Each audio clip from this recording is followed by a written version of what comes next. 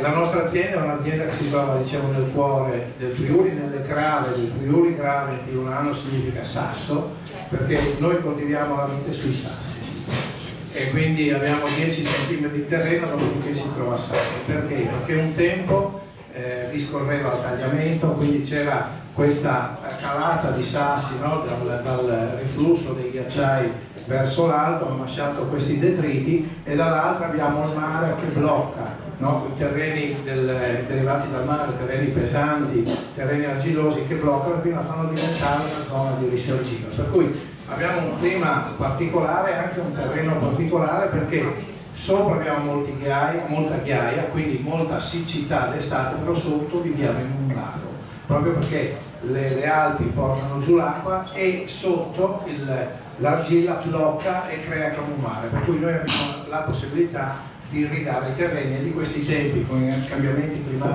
climatici in atto diventa molto importante. Dicevo, l'azienda è nata negli anni 70, da una piccola azienda familiare, tradizionale di famiglia, si è sviluppata fino ad arrivare anche con degli affitti a 80 ettari, adesso ci siamo stabilizzati sui 40 ettari in proprietà più qualche affitto, ed è un'azienda che è sempre stata in mano al Piero Pittor come proprietà.